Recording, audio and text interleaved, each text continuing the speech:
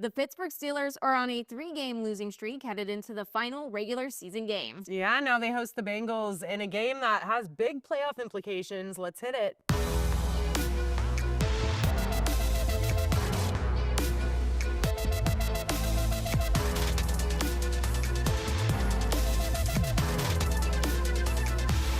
What's up, everybody, and welcome back to episode 18 of Every Blade of Grass with Cole and Cass. Alongside Cassidy Wood, I'm Suzie Cole, and this is it. It's the final week of the regular season for the National Football League. Cass, I can't believe we're here.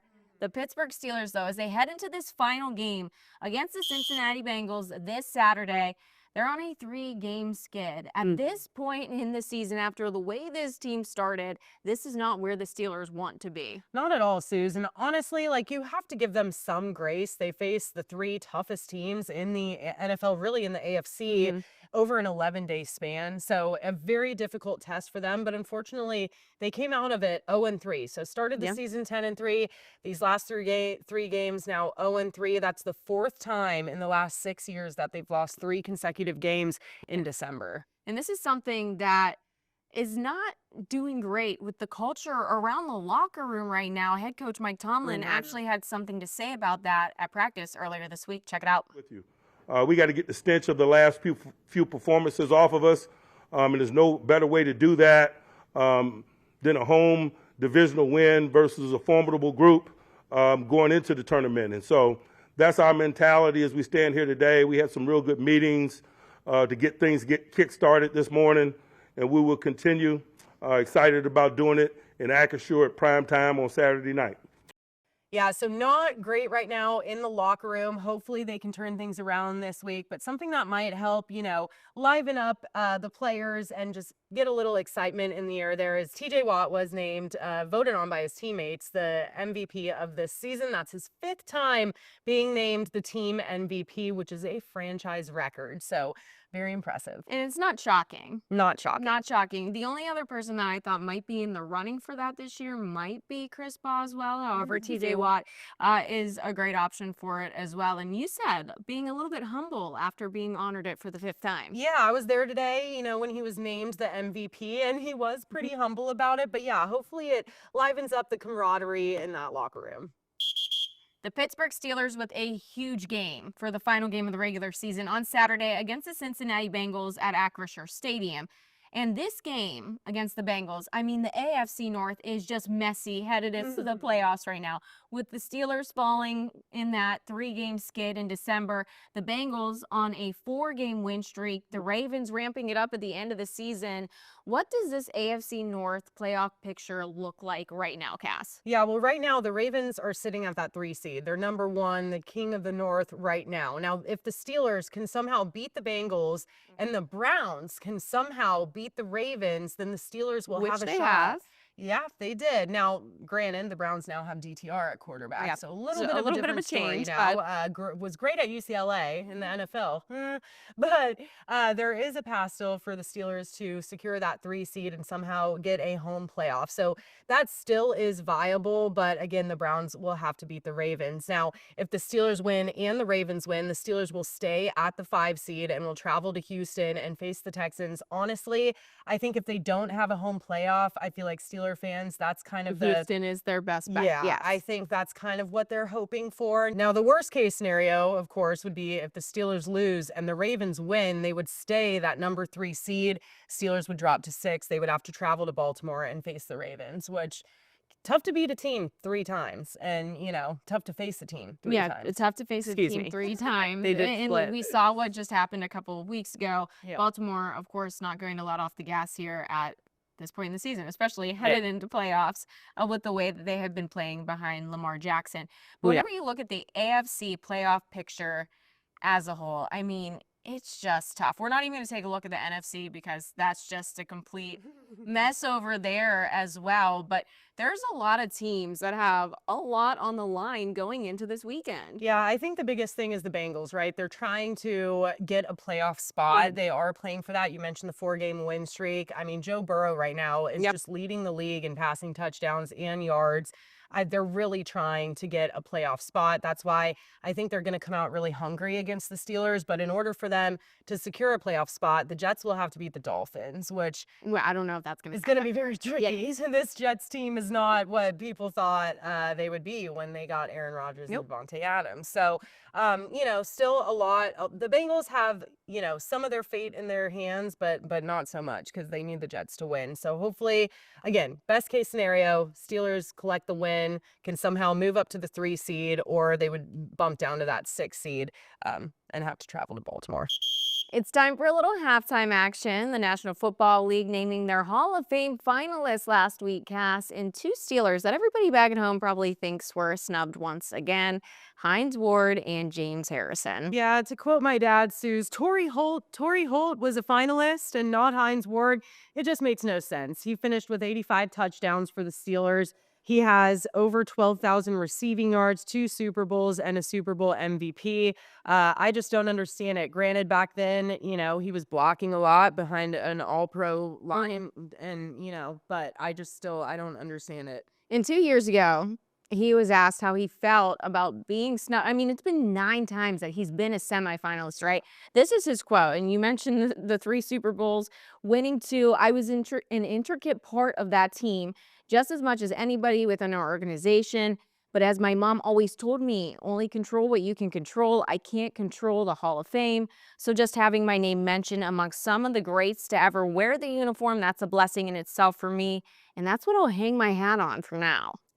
Yeah, I still disagree with it. I think a lot of Steelers fans will as well. And same with James Harrison. I think Debo, is also getting snubbed. Both these guys deserve to be in the Hall of Fame. It's simple as that.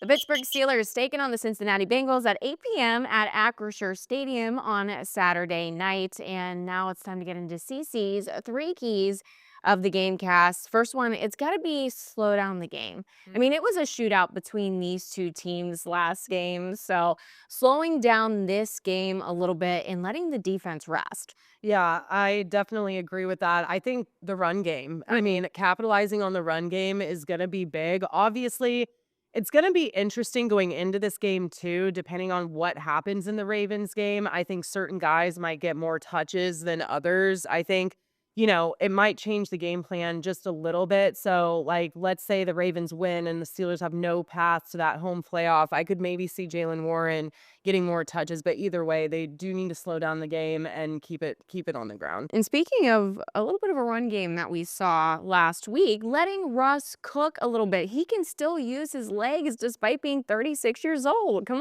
on. Yeah, and the offensive line needs to kind of step up too. He got sacked 5 times against the Chiefs. He's been sacked 29 times this season. It's not good, but if they do need to open up that pass game, let Russ cook. And then last but not least, we talked about how there's a little frustration going around the locker room right now. So just this team keeping their composure, especially with the playoff implications that are on the line with this game. You can't let the emotions play a role in any of the big moments. And I think kind of a crutch for this team, too, has been those pre-snap penalties. We've talked about it all season long. And so, yes, I definitely think keeping your composure, not getting too carried away, and just going out there and playing good, sound football is going to be important. It's the final regular season game for the Pittsburgh Steelers this weekend. Saturday night, 8 p.m. at Acrisure Stadium. Cass will be there, and hopefully a lot of Steelers faithfuls as well. Taking on the Cincinnati Bengals. Again, playoff implications, big. They're on the line. It's that time where we are the gambling gals in the city, and we talk about that over-under. The over-under right now is sitting at 48.5, which is crazy considering the last game was a complete shootout between doesn't make sense. I feel like they know something we don't. Yeah, do they know? Is somebody out there, can they predict the future? But also the Bengals are favored in this one. Yeah. At -2.5. So Cass, this is like the last one until playoff edition. Oh, I know. It's so crazy. It is. We'll have some fun. We will. But with that over-under, what's your score prediction? Well, first of all, you said Bengals are favored -2.5. Okay. What do I always say? She loves when Mike Tomlin is an underdog. So I will be taking the Steelers for sure. And I do think it's going to be another offensive shootout. I just do. I think the Steelers defense is struggling a little bit right now. And, I think Joe Burrow and Jamar Chase are going to light it up. I think the Steelers offense is going to have to compete with that in order to stay in the game. So I think we're looking at kind of another shootout. I'm going to go 30-27 Steelers. Okay. So I think they hopefully are on the other side of it. They've given up like 25 plus points the past 3 games. So hopefully they're on the other side of it now, hitting that 30 mark. And yeah, that's what I'm going with. So I'm going over. Okay. I do think it's going to be a close game between the two. I don't know if it's going to be necessarily the shootout that we saw last time between these two teams, just because of how the Steelers offense has been doing as of late. I am going to pick the Steelers to win because I couldn't not for the final regular season game. Right. Come on. I couldn't. I would be banned out of Pittsburgh.